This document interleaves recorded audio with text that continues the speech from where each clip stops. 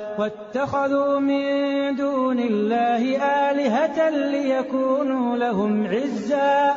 كلا سيكفرون بعبادتهم ويكونون عليهم ضدا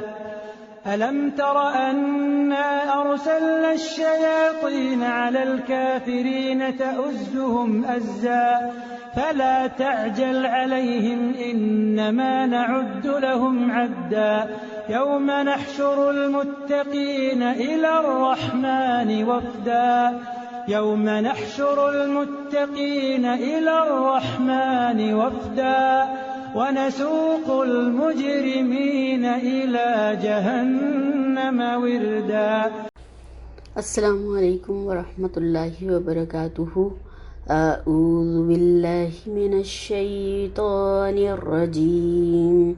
بسم اللہ الرحمن الرحیم. واتخذوا من دون اللہ آلہۃ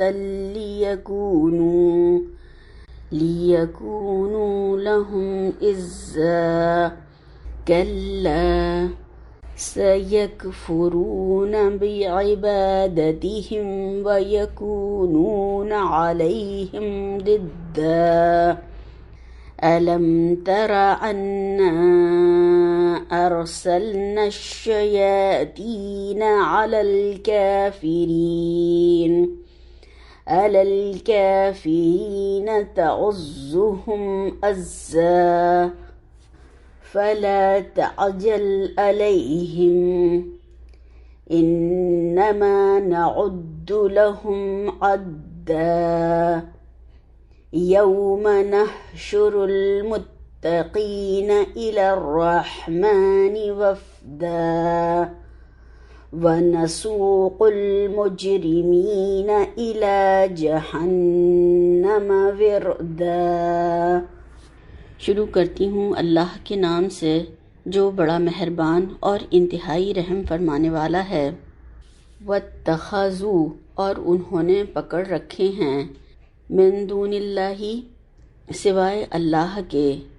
آلہتن اور معبود لیکونوا تاکہ وہ ہوں لہم ان کے لیے عزا موجب عزت کلا ہرگز نہیں سیکفرون وہ جلد ہی انکار کریں گے بعبادتہم ان کی بندگی سے ویکونون اور ہو جائیں گے علیہم ان کے ضد مخالف. الم ترا کیا تم نے نہیں دیکھا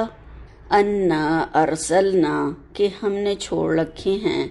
شیاطین شیطان علی پر کافرین کافروں پر تعزهم برانگیختہ کرتے ہیں ان کو عزا ابھار کر فلا تاجل پس نہ جلدی کرو تم علیہم ان پر یا ان کے لیے انما سوائے اس کے نہیں کہ نعدو ہم گنتے جا رہے ہیں لہم ان کے لیے عدا گنتی یوما جس دن نحشرو ہم جمع کریں گے متقین پرہیزگاروں کو الی الرحمن رحمان کے پاس وفدا مہمان بنا کر ونسوق اور ہانک لے جائیں گے مجرمین گناہگاروں کو مجرموں کو الی جہنم جہنم کی طرف وردا پیاسے. نحمدہ ونصلی علی رسولہ الکریم. رب اشرح لی صدری ویسر لی امری واحلل عقدۃ من لسانی یفقہوا قولی. اللہم ارنا الحق حقا وارزقنا اتباعہ وارنا الباطل باطلا وارزقنا اجتنابہ. آمین یا رب العالمین. الحمدللہ اللہ تعالیٰ کا بے حد شکر احسان ہے کہ اس کی دی ہوئی توفیق اور تائید اور اس کی مدد سے ہم سورہ مریم کو پڑھنے اور سمجھنے کی کوشش کر رہے ہیں اور اللہ تعالیٰ نے ہمیں اب آخر تک پہنچایا ہے. اب ہماری تھوڑی سی آیات باقی ہیں سورہ مریم کی. ایک دو سبق میں انشاءاللہ تعالیٰ اس کو مکمل کریں گے. اللہ تعالیٰ سے دعا ہے کہ وہ اس کو ہمیں بہترین طور پر سمجھنے والا اور عمل کرنے والا بنائے. آمین ثم آمین. پچھلی بار جو ہم نے آیات کی تھیں اس میں اللہ تعالیٰ نے ہدایت کی بات کی تھی کہ جو ہدایت طلب کرتے ہیں، چاہتے ہیں، ان کے دل میں طلب اور تڑپ ہوتی ہے ہدایت حاصل کرنے کی، تو اللہ تعالیٰ پھر ان کی ہدایت میں اور اضافہ فرما دیتے ہیں۔ اور یہ ہدایت ایسی چیز ہے کہ جو بغیر طلب اور تڑپ کے نہیں ملتی۔ رزق کا ساری اللہ تعالیٰ کی مخلوق سے وعدہ ہے، وہ ہر ایک جانور تک کو، چھوٹے سے چھوٹے کیڑے مکوڑے کو، ہر ایک کے لیے رزق رسانی کا انتظام فرما رہا ہے، اور اس کی پسند اور جو اس کا اللہ تعالیٰ نے اس کے اندر پروگرامنگ فیڈ کی ہوئی ہے، اس کے مطابق کھانا پینا، دنیا کی ساری چیزیں اس کو میسر ہیں۔ مگر ہدایت ایک ایسی چیز ہے جو بغیر طلب اور تڑپ کے اللہ تعالیٰ نہیں عطا فرماتے۔ اور اس سے پہلے ہم نے سورہ کہف میں بھی ان نوجوانوں کے بارے میں پڑھا تھا کہ جنہیں ہدایت کی طلب ہوئی اور انہوں نے اپنا گھر بار اور اپنا سب کچھ چھوڑ دیا۔ جب انہوں نے اللہ تعالیٰ سے ہدایت طلب کی اور ان کے دل میں تڑپ تھی اس چیز کی، تو اللہ تعالیٰ نے ان کو ہدایت میں ترقی بخشی۔ اور جب کوئی سچے دل سے ایمان لے آتا ہے تو پھر اللہ تعالیٰ اس کی ہدایت میں اضافہ فرماتے ہیں اور اس کو حق اور صداقت پر ثابت رہنے کی توفیق بھی عطا فرما دیتے ہیں۔ ہدایت کے بعد میں پھر باقیات الصالحات کی بات کی گئی کہ باقی رہ جانے والی نیکیاں۔ تو ہدایت کے بعد میں انسان پھر اس راستے پر چلنے لگتا ہے اور پھر وہ باقیات الصالحات جمع کرتا ہے، اور اللہ کے نزدیک اللہ تعالیٰ نے بتایا کہ یہ ثواب میں بھی اور بدلے میں بھی بہت بہتر ہیں، انجام کے اعتبار سے بھی اور صلے کے اعتبار سے بھی۔ جو انسان نیکیاں دنیا سے جمع کر کے لے جائے گا تو وہاں پر اس کے پھر یہ کام میں آئیں گی۔ پھر اللہ تعالیٰ نے ایک ایسے شخص کی بات کی تھی کہ جو اگر دیکھا جائے تو ہر معاشرے میں ایسی ذہنیت کے لوگ موجود ہو سکتے ہیں کہ جو دنیا میں جب نعمتیں ملتی ہیں، انعامات اللہ کی طرف سے ہوتے رہتے ہیں، مال اور اولاد کی کثرت ہو جاتی ہے، تو وہ پھر یہ سمجھتے ہیں کہ اللہ تعالیٰ ہم سے راضی ہے اور ہمیں دنیا میں یہ سب کچھ ملا ہوا ہے تو پھر آخرت میں بھی اسی طرح سب کچھ مل جائے گا، کچھ کام کرنے کی، کچھ نیک عمل کرنے کی، کچھ اللہ کی فرمانبرداری کرنے کی ضرورت نہیں، کیونکہ بغیر فرمانبرداری کے نافرمانی کی حالت میں سب کچھ مل رہا ہے، تو پھر کیا ضرورت ہے اپنے آپ کو مشکل میں ڈالنے کی۔ تو اللہ تعالیٰ نے اس سے سوال کر کے پوچھا تھا کہ کیا اس کو غیب کی خبر ہو گئی ہے یا کچھ اس نے رحمان سے عہد لے رکھا ہے، اللہ نے کوئی اس سے وعدہ کیا ہوا ہے کہ اسے یہاں بھی دیا ہوا ہے تو وہاں بھی عطا کر دے گا۔ پھر اللہ تعالیٰ نے کہا ہرگز نہیں، ایسا نہیں ہو سکتا، یہ تو سب جو بھی باتیں کر رہا ہے، جو بھی کام کر رہا ہے، جو عمل ہیں وہ سب لکھے جا رہے ہیں، ہر ایک کی کتاب عمل نامہ اعمال تیار ہو رہا ہے، اور حساب کے دن وہ ہر ایک کے دائیں یا بائیں ہاتھ میں دے دیا جائے گا، اور پھر آہستہ آہستہ عذاب کو بڑھاتے رہیں گے۔ اللہ تعالیٰ نے فرمایا اور پھر کہا کہ جو چیزیں یہ بناتا ہے یا دنیا میں سارے سامان جمع کر رہا ہے اس کے ہم وارث ہوں گے، اور یہ تو ہمارے پاس اکیلا آئے گا۔ یعنی مال اور اولاد جس کے اوپر مان ہے اس کو، اور اس کو فخر ہے اور وہ اس کو بڑی چیز سمجھتا ہے، تو کتنے ہی بیٹوں والا 10 12 15 20 کتنے بھی ہوں، وہ سب باپ اکیلے ہی قبر میں جاتے ہیں، کوئی کسی کا بیٹا کسی کے ساتھ میں یا کسی کا مال دولت کسی کے ساتھ میں وہاں پر نہیں جائے گا، اور انسان تنہا اللہ کے حضور حاضر ہوگا۔ اب ہم آج کی آیات کو تھوڑا سا دیکھتے ہیں جو ہماری 81 سے 86 تک ہیں، انشاءاللہ تعالیٰ اس کو سمجھنے کی کوشش کرتے ہیں، اللہ تعالیٰ اس میں ہماری بہترین مدد فرمائے۔ وَاتَّخَذُوا مِن دُونِ اللَّهِ آلِهَةً لِيَكُونُوا لَهُمْ عِزًّا، اور ان لوگوں نے اللہ کے سوا اور معبود بنا لیے ہیں تاکہ وہ ان کے لیے موجب عزت اور مدد ہوں۔ یعنی مشرکوں نے جھوٹے معبود اس لیے بنائے ہوئے ہیں کہ ان کی وجہ سے انہیں عزت اور مدد حاصل ہوگی، لیکن ان کی امید ان کے دل میں رہ جائے گی، اور ان کا یہ خواب کبھی شرمندہ تعبیر نہیں ہوگا۔ یہاں پر عزت جو اللہ تعالیٰ نے استعمال فرمایا ہے، اس کے لیے یعنی اس کے معنی ہے بسبب عزت ہوں، مگر عزت سے مراد عربی زبان میں کسی شخص کا ایسا طاقتور اور زبردست ہونا ہے کہ اس پر کوئی ہاتھ نہ ڈال سکے،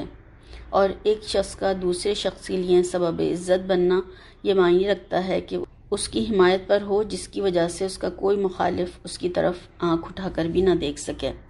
تو اللہ تعالیٰ کا طریقے سے اگر ہم دیکھیں تو اس میں شکوہ بھی ہے کہ اللہ جو اتنا زبردست ہے، جس نے بنایا، ہر چیز ان کے لیے بنائی، ان کے لیے دنیا بنائی اور دنیا میں ان کو بھیجا، اور ہر چیز ان کو یہاں پر اللہ کی دی ہوئی میسر ہے، اور اس کے بعد میں بھی اللہ کو عزت کم دیتے ہیں اور چیزوں کو زیادہ دیتے ہیں تاکہ وہ چیزیں ان کے لیے موجب عزت ہوں۔ اور اس میں الہ جو یہاں پر آیا ہے من دون اللہ آلہہ، کہ اللہ کو چھوڑ کر جو الہ بنائے ہوئے ہیں، تو اس میں ہر طرح کے معبود آ جاتے ہیں، ہر طرح کے خدا آ جاتے ہیں جو کہ آج انسانوں کو پکڑے ہوئے ہیں۔ مادی وسائل سے لے کر سائنس اور ٹیکنالوجی اور جو بھی کوئی چیزیں ترقی کی، جو بھی سامان ہیں، وہ سب ان کو آج انسان نے خدا بنایا ہوا ہے۔ تو اللہ تعالیٰ نے اس میں انسان کی حقیقت بھی بتائی ہے۔ اگر ہم اس سے پہلی والی آیت، پچھلی دفعہ کی 80 آیت کو کنیکٹ کرتے ہوئے اس کو ہم دیکھیں کہ یہ تو تنہا آئے گا، وارث تو ہم ہو جائیں گے اس کے مال اور اولاد کے، یہ تو ہمارے پاس اکیلا آئے گا، خالی ہاتھ آئے گا، اس کے پاس کچھ نہیں ہوگا۔ اللہ کے مقابلے میں پھر کون اس کو عزت دے گا؟ یہ آج اس نے جو غلبہ اور عزت دوسروں کا سمجھا ہوا ہے، تو اللہ کے مقابلے میں اس کو کون عزت دے گا؟ کیا دنیاوی ڈگریاں اس کو غلبہ اور عزت دلوائیں گی؟ اس کا وہاں پر رعب ہوگا، اس کی وجہ سے اس کو وہاں پر کچھ مل جائے گا؟ ایک اور طبقہ ہمارے یہاں ایسا ہے کہ وہ لوگ چاہتے ہیں ہماری عزت ہو، پھر وہ آستانے بنا کر بیٹھ جاتے ہیں، سجادہ نشین یا مجاور بن کر، اور ایسے لوگ کوئی پھر نماز، روزہ، اللہ کی اطاعت، فرما برداری، نیکی کے کام، دین کے کام کچھ نہیں کرتے ہیں، بس وہاں بیٹھ جاتے ہیں اس لیے کہ ان کو ایک عزت کا مقام حاصل ہو جائے، اور اپنی جھوٹی سچی خوبیاں بیان کرتے رہتے ہیں تاکہ لوگ ان کے مرید ہو جائیں، اور جتنے زیادہ جس کے مرید بڑھتے چلے جائیں گے اتنا ہی گویا اس کی عزت میں اضافہ ہوتا چلا جائے گا۔ تو یہ اللہ کو چھوڑ کر اپنی پوجا پاٹ کراتے ہیں تاکہ لوگوں میں عزت اور مرتبے کا مقام ان کو حاصل ہو جائے۔ اور دوسری طرف ہمارے جو رویے ہیں کہ اللہ کو اہمیت کم دیتے ہیں اور چیزوں کو اہمیت زیادہ دیتے ہیں تاکہ وہ دنیا کی چیزیں ہمارے لیے باعث عزت بن جائیں۔ اللہ کی عبادت میں، اللہ کی اطاعت میں، اس کی فرما برداری میں، اس کے دین کے کاموں میں کتنا وقت لگاتے ہیں، کتنی توجہ سے کرتے ہیں؟ بس الٹے سیدھے جو بھی ہو جائیں، اور جو لگا بندہ طریقہ پہلے سے معلوم ہے وہی چلتا رہے۔ کچھ جاننے کی، کچھ سوچنے سمجھنے کی، کچھ معلوم کرنے کی ضرورت نہیں ہے۔ نماز اگر غلط پڑھ رہے ہیں تو اسی طرح سے پڑھتے رہیں گے، اس کو بھی ٹھیک کرنے کی ضرورت نہیں ہے کہ اللہ نے کیا حکم دیا ہے، آپ صلی اللہ علیہ وسلم نے کیا فرمایا ہے کہ جیسی میں نماز پڑھتا ہوں ایسی نماز پڑھو۔ تو ہم جب دیکھیں گے، معلوم کریں گے، جبھی تو ہمیں پتہ چلے گا کہ آپ کی نماز کیسی تھی۔ تو جو یہاں ہمارے یہاں پڑھی جا رہی ہے، جس طرح سے پڑھی جا رہی ہے اسی طرح سے پڑھتے رہیں گے۔ تو یہ ساری چیزیں جو ہیں، دین کے نام پہ کتنی پرفیکشن ہے اور دنیا کے نام پہ کتنی پرفیکشن ہے۔ ایک تھوڑا سا دنیا کا کام ہو، دعوت ہیں، پارٹیاں ہیں، یا پھر شادی ہے، یا پھر اور بھی کوئی کام ہو سکتے ہیں، ان میں کتنا وقت لگاتے ہیں، ہر ایک چیز کو چیک کرتے ہیں۔ ایک اگر ہم میچنگ ہی لینے جاتے ہیں، اس کے لیے کتنی دکانیں چھان کر اس کو دیکھ کر، پھر ٹھوک بجا کر اس کو دیکھ کر لیتے ہیں۔ تو دین جو ہے بس جیسا تیسا چلتا رہے، اس میں کوئی چیز ہمیں کرنے کی ضرورت نہیں، کیونکہ اللہ تعالیٰ غفور الرحیم ہے، وہ معاف کر دے گا۔ تو ایسا نہیں ہے۔ اور پھر یہ بھی سمجھتے ہیں کہ قرآن پڑھنے سمجھنے یا دین کو پڑھنے سمجھنے سے کون سا ہماری دنیا میں اضافہ ہوگا، کون سی ڈگریاں مل جائیں گی، تو پھر اس کے لیے اتنی محنت کرنے کی کیا ضرورت ہے؟ اور دنیاوی ڈگریوں کی محنت اور اس کا پھل ہمیں فوراً نظر آ رہا ہوتا ہے، اور آخرت کا فائدہ ہمیں نظر نہیں آ رہا ہوتا، اس لیے ہم اس میں کچھ بھی محنت کرنا نہیں چاہتے ہیں، اور دنیا میں حد سے بڑے ہوئے کو بہت اچھا سمجھ رہے ہوتے ہیں، اور دین میں حد سے بڑے ہوئے کو کہتے ہیں خپتی ہو گیا، یہ تو اس کا دماغ ہی چل گیا ہے۔ تو ہم پھر دیکھیں کہ ہمارے کرائیٹیریا کیا ہیں، اور ہم نے کن کو الہ بنایا ہوا ہے، اور کن چیزوں کو ہم نے عزت دی ہوئی ہے۔ ہر ایک اپنا جائزہ خود لے سکتا ہے۔ اللہ تعالیٰ نے تو صاف صاف آیات نازل فرما دی ہیں، اب انسان خود اپنا کردار دیکھتا چلے۔ اور قرآن اصل میں ایک آئینہ ہے جو ہمیں دکھاتا ہے کہ کیا صحیح ہے اور کیا غلط ہے، اور پھر ہم اپنے آپ کو اس میں دیکھتے ہوئے چلیں۔ اگر ہم آئینے میں اپنے آپ کو دیکھ کے درست کر لیتے ہیں تو یہ بھی ایک اچھی بات ہے، اور اگر ہمیں کوئی اور بتا دیتا ہے کہ آپ کے چہرے پہ کچھ لگا ہوا ہے تو ہم اس کے شکر گزار ہوتے ہیں۔ اب یہ قرآن ہمیں پکار کر کہہ رہا ہے تو ہم پھر کوئی بھی شکر گزار نہ ہوں؟ اللہ کا کتنا شکر ادا کرنا چاہیے کہ اللہ تعالیٰ نے ہمیں ہر چیز کے بارے میں بتا دیا، کیا کرنا ہے، کیسے کرنا ہے، کتنا کرنا ہے، کب کرنا ہے، اور کیا چیز قبول کی جائے گی اور کیا چیز رد کر دی جائے گی، ریجیکٹ کر دی جائے گی، کون سے رویے اللہ کے پاس پسندیدہ ہوں گے اور کون سے ناپسندیدہ ہوں گے۔ تو ہر چیز ہمیں اللہ تعالیٰ نے بتائی ہے۔ تو اللہ کا بہت احسان ہے کہ اللہ نے ہمارے ہاتھوں میں یہ قرآن دیا، ورنہ تو بھٹکتے پھرتے اور پھر بھی ہمیں ہدایت کا راستہ نہ ملتا، اور ہمیں معلوم ہی نہ ہوتا کہ ہمیں دنیا میں کیا کرنے بھیجا ہے اور ہمیں کیا کر کے جانا ہے۔ اللہ تعالیٰ کا بے حد شکر احسان ہے، الحمدللہ رب العالمین۔ پھر اللہ تعالیٰ فرما رہے ہیں کلا سیکفرون بعبادتہم ویکونون علیہم ضدا، ہرگز نہیں، وہ معبودان باطل ان کی پرستش سے انکار کر دیں گے اور ان کے دشمن اور مخالف ہوں گے۔ یعنی وہ معبودان باطل تو الٹے قیامت کے دن ان کی عبادت سے انکار کر دیں گے اور ان کے گمان کے خلاف ثابت ہوں گے۔ سورہ احقاف میں اللہ تعالیٰ نے اسی بات کو فرمایا ہے کہ بھلا ان سے زیادہ اور کون گمراہ ہوگا جو اللہ کو چھوڑ کر ایسوں کو پکارتا ہے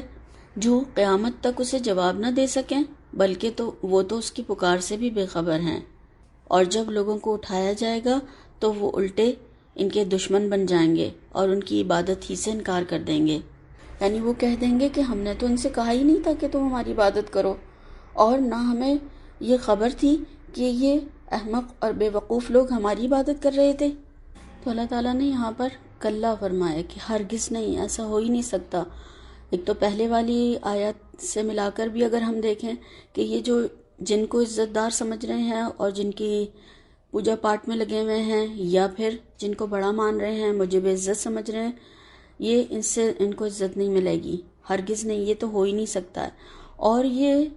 ہو ہی نہیں سکتا ہے کہ وہاں پر وہ ان کا کچھ ساتھ دیں، وہ تو سب کے سب انکار کر دیں گے۔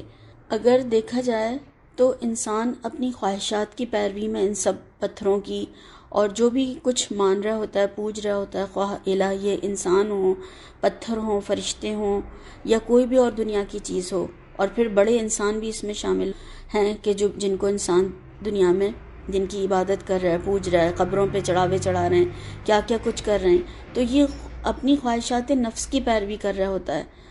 اس کی بندگی کر رہا ہوتا ہے، یہ ان کی چاکری میں لگا ہوا ہوتا ہے، تو وہ سب کے سب انکار کر دیں گے۔ یہاں پر جو آیا ہے علیہم ضدا، کہ ماننے والوں کا انکار کر دیں گے اور مخالف بن جائیں گے، دشمن بن جائیں گے۔ اور یہ ضدہ جو لفظ یہاں پر اللہ تعالیٰ نے استعمال کیا ہے، یعنی مخالف کے لیے، اور یہ مخالف جو ہے یہ کیا ہے، یہ لفظ واحد بھی ہے، جمع بھی ہے، مذکر بھی ہے، مؤنث بھی ہے۔ اور ہم جانتے ہیں کہ اس وقت پر بھی جب عرب جو ہے دیوی دیوتاؤں کی پوجا کرتے تھے تو اس میں مؤنث اور عورتیں بھی تھیں جن کی وہ پوجا کرتے ہیں، صاف اور نائلہ، ہم نے نام سنے ہوں گے ان کے، جو بت تھے مشہور۔ اور آج بھی ہم دیکھیں کیسی گندی کالی شکلوں کی اور کیا کیا ان کی جو دیوی دیوتا ہوتے ہیں، اور وہ انہوں نے بنائے ہوئے اور ان کو پوج رہے ہوتے ہیں کہ وہ ان کے کچھ کام آئیں گے۔ تو اللہ نے کہا یہ تو سب مخالف ہو جائیں گے، تو اس میں عورتیں بھی ہیں، مرد بھی ہیں، فرشتے، انسان، سب پتھر کے بت سب اس میں شامل ہیں۔ اللہ تعالیٰ نے واضح طور پر صاف طریقے سے ہمیں بتا دیا کہ نہیں، یہ نہیں ہو سکتا ہے۔ آج یہ جن کی عبادت اور پوجا پاٹ میں لگے ہوئے ہیں، کل وہی ان کی عبادت سے انکار کریں گے، اور نہ صرف انکار کریں گے بلکہ مخالف ہو جائیں گے، خواہ وہ انسان ہوں، جن ہوں، فرشتے ہوں، بت ہوں، آستانے ہوں، قبریں ہوں۔ قیامت میں یہ سب ان کو عذاب سے بھی نہیں بچا سکیں گے، ان کے پاس کوئی اختیار ہی نہیں ہوگا۔ جنہوں نے دنیا میں ان کا کچھ اختیار سمجھا ہوا تھا کہ یہ عزت دلائیں گے، تو وہ سب کے سب مخالف ہو جائیں گے، اور ان کا انکار ان کے لیے باعث حسرت ہوگا۔ کہتے ہیں نا کہ جن پر تکیہ تھا وہی پتے ہوا دینے لگے، سب کے سب انکار کر دیں گے اور کہیں گے کہ ہم نے تو نہیں کہا تھا ان سے کہ ہماری عبادت کرو۔ تو پھر اس کا میسج اور سبق کیا ہے کہ اللہ تعالیٰ کے سوا اس کائنات میں کوئی بھی ہستی ایسی نہیں جو عزت، غلبے، قوت اور طاقت کا سبب بنے انسان کے لیے۔ تمام قوت اللہ کے لیے ہے، تمام کی تمام عزت اللہ رب العالمین کے لیے ہے، سب کچھ اس کے ہاتھ میں ہے۔ پھر اسی سے دعا مانگنی ہے، اسی سے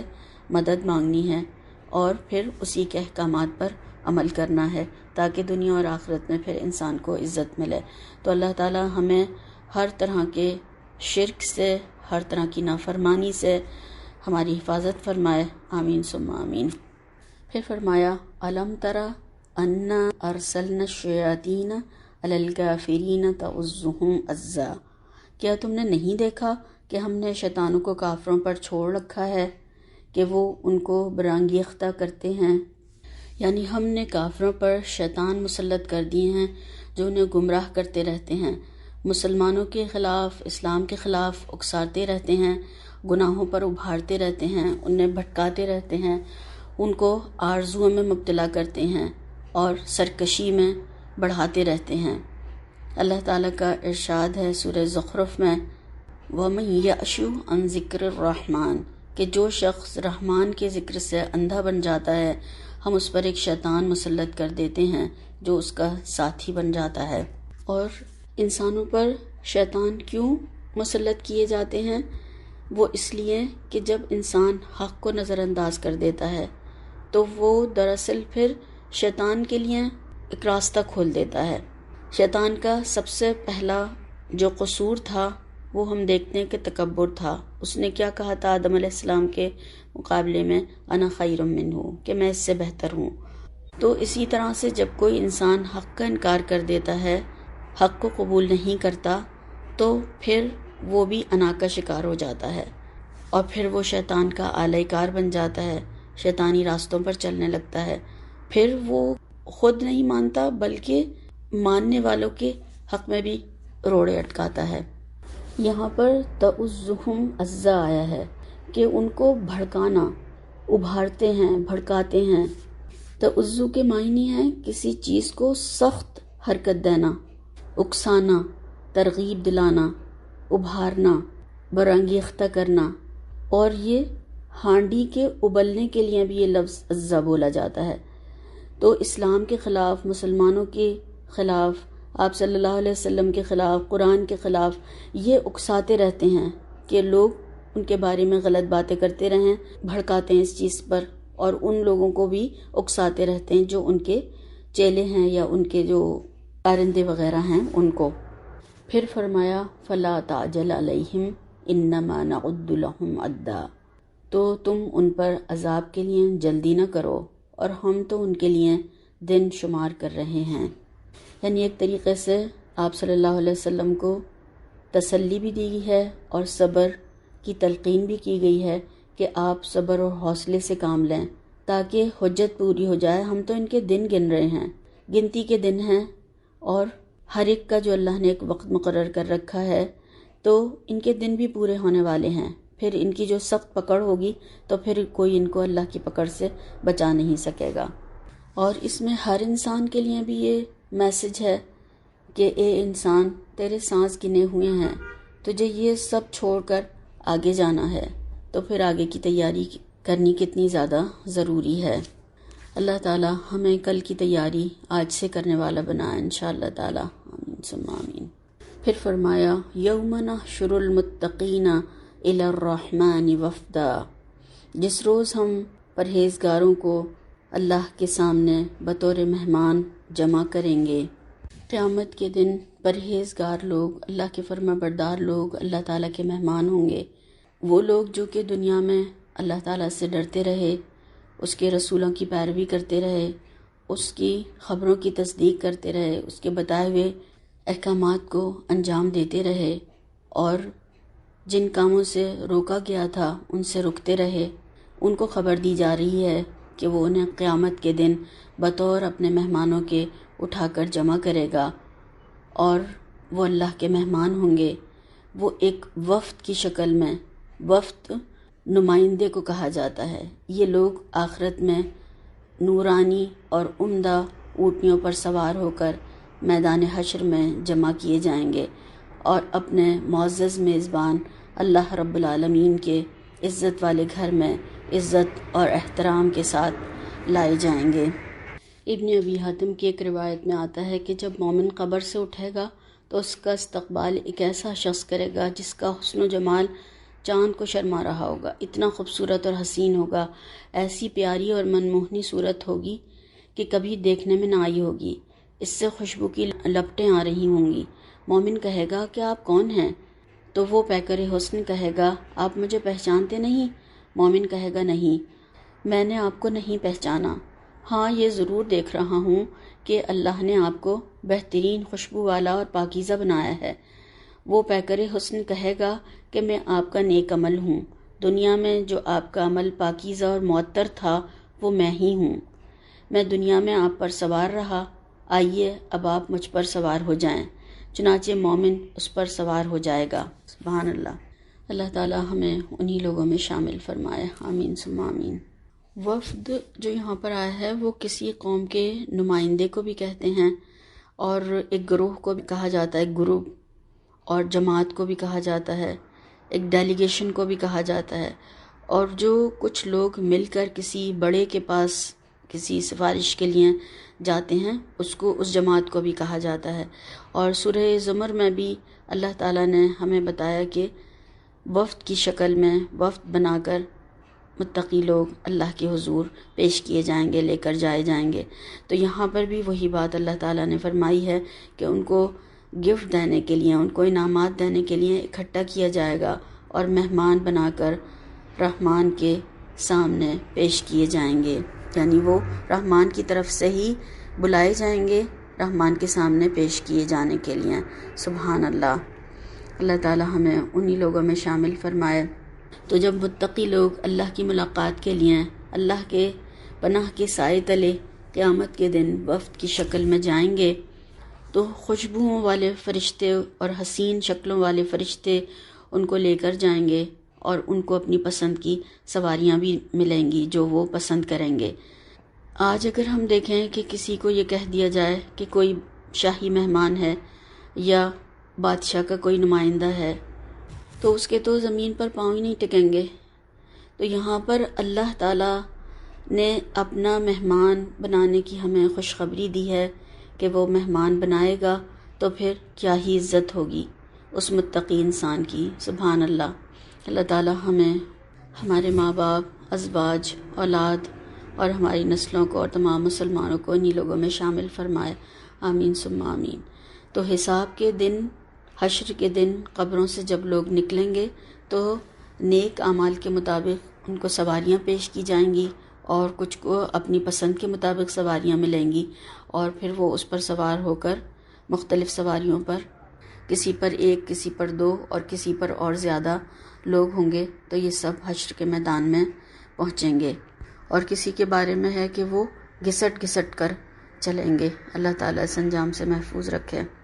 صحیح مسلم کی ایک روایت ہے، حضرت ابو ہریرہ رضی اللہ تعالیٰ عنہ اس کے راوی ہیں، آپ صلی اللہ علیہ وسلم نے فرمایا کہ قیامت کے دن لوگوں کو 3 طریقوں سے اللہ کے سامنے اکٹھا کیا جائے گا۔ کچھ لوگ خوف اور